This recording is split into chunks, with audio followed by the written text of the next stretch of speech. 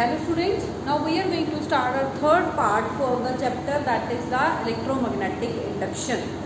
Our today's topic is the alternating current generator. Alternating current generator. Alternating current is the that current whose magnitude and direction continuously varies with the time. Along the y-axis here is the current and along the x-axis we have taken the time.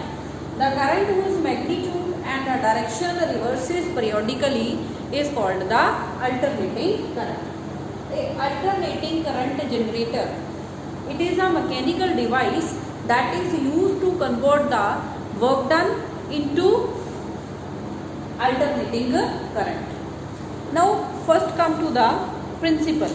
It works on the principle of electromagnetic induction. It works on the principle of electromagnetic induction. Principle is the electromagnetic induction. It is working on the principle of electromagnetic induction means whenever the magnetic flux linked with the coil changes, there is the induced EMF in the coil, or you can say that there is the production of current in the coil. So next one is the construction. The first part is the armature. In the construction we have armature. What is the armature? We have the rectangular coil made up of the conducting wire conductor having the number of turns, that is called the armature. This rectangular coil having the number of turns is called the armature. I am going to name it as the A, B, C and D. Next one is the, after that we have the field magnets. Field magnets. Now I have write the principle is the electromagnetic induction. Means in this case conductor magnetic flux linked with the conductor is going to vary continuously. If the magnetic flux linked with the conductor is going to vary continuously, it means we have to apply the magnetic field having the, by placing the two poles having the north and south poles, and these magnets are called the field magnets. Okay. After that we have slip rings. Third one is the slip rings. These slip rings, these are connected here. A ring R1 and the ring R2. Like this. We have the two rings R1 and R2. These are known as the slip rings. These are connected to the two arms of the armature. After that we have the two brushes B1 and B2. These brushes are just pressed against these slip rings. These are not connected. There is not hard connection between them. There is a movable contact between the brushes and these two rings. Both one are the brushes. These are the different parts of the, or the different, you can say that construction elements for the generator. Now these brushes are connected with the load resistance R, across which we are going to get the output. We are going to get the output. Now brushes, after that there is the axle of this particular armature, and this axle is going to be rotated. Whenever the generator works, next we are going to discuss the working of the generator.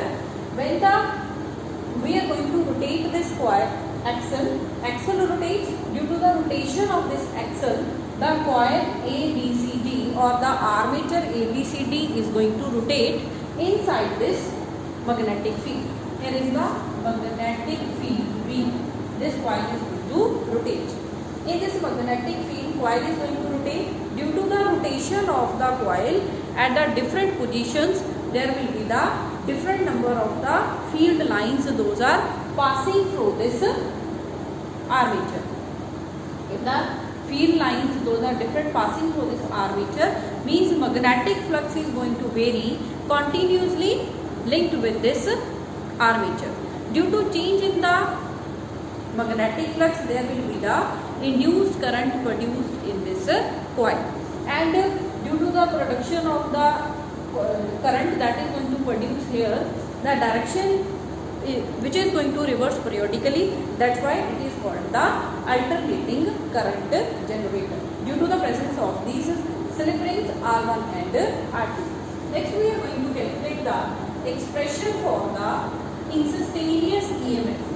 When the coil generator is working, what is the EMF that is produced at particular time? This is the expression for instantaneous EMF. We have to calculate the expression for the instantaneous EMF that is produced due to the generator. For that, let us suppose let theta is the angle between the armature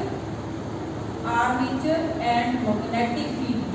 At any time t, the angle existing between them is the theta, such that theta is equal to omega t. Omega is the angular velocity of the rotation of armature. Now if you are going to calculate the magnetic flux linked with this coil, that will be equal to BA cos theta. BA cos theta into area of cross section, that is the A of this particular armature. Now this is for the one term. If there are the n number of terms, then the n is the total flux linked with this armature will be n BA cos theta. So we will write from here phi is equal to n BA cos theta, put the value of theta, that is the omega t. Phi is equal to n BA cos omega t.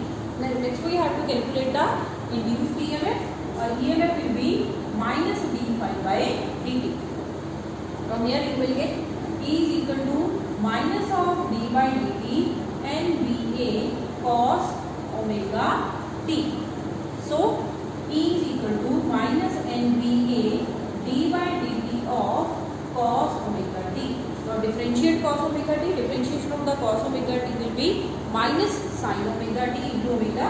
So E will be minus nBA omega into minus sin omega t. From here E will be equal to nBA omega sin omega t. I am writing here E naught sin omega t, where E naught is equal to nBA omega. That is the maximum EMF that is produced due to this generator. So expression for the motional EMF is the E naught sin omega t, means the instantaneous EMF that is produced by the generator depends upon the orientation angle, orientation of the armature with respect to the direction of applied magnetic field. Okay, so this is all about the theoretical part of this chapter. Next we are going to discuss some numerical problems for the chapter, that is the electromagnetic induction. The first numerical is in the question we have given the magnetic flux through the coil perpendicular to its plane is varying according to the relation phi is equal to 5t cube into plus 4t square plus 2t minus 5 vapor. This is the magnetic flux given. Now here we have to calculate the induced current through the coil. Induced current, we have to calculate the current in the coil at time t is equal to 2 seconds if resistance of the coil is equal to, that is 5 ohm. This data is given to us. The flux through the coil is this much.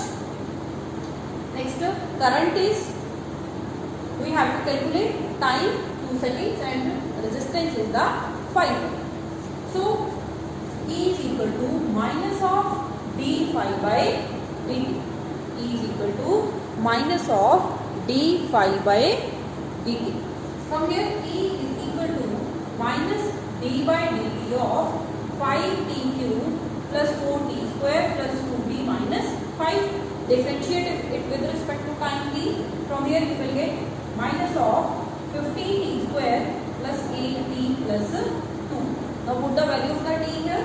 E at time t is equal to 2 seconds. You will get minus of 15 into 4 plus 8 into 2 plus 2. From here you will get it is equal to minus 78. P is equal to minus of 78 volt. Now next step we have to calculate the current. E will be equal to I will be equal to E by R minus 78 by 5. I is equal to minus 78 upon 5. In this way, if the magnetic flux is given and we can calculate the current easily, first by calculating the induced EMF, then divide the induced EMF with the resistance of the given circuit. Now next is the second numerical that we are going to discuss, that is based on the self-induction. Question is, the self-inductance of the coil having 200 turns is 10 millihenry. Is the 10 millihenry. Total number of turns is the 200. L is the 10 millihenry. Next one is the compute the total flux linked with the coil. Also determine the magnetic flux through the cross section of the coil corresponding to current of 4 milliampere. Now we have to calculate the flux. We have to calculate the flux linked with this coil. Now for this we have given current also given, that is the 4 milliampere. 4 milliampere. Now I am going to apply the formula. Phi is equal to L. Put the values and you can calculate the answer from here. L is given, I is given. This is the on the basis of the self-induction and mutual induction, numerical will be very easy. Data will be given and we have to just put in the formula and we have to compute the answer. Next one we are going to discuss one numerical that is based on the alternating current generator. A 100 turn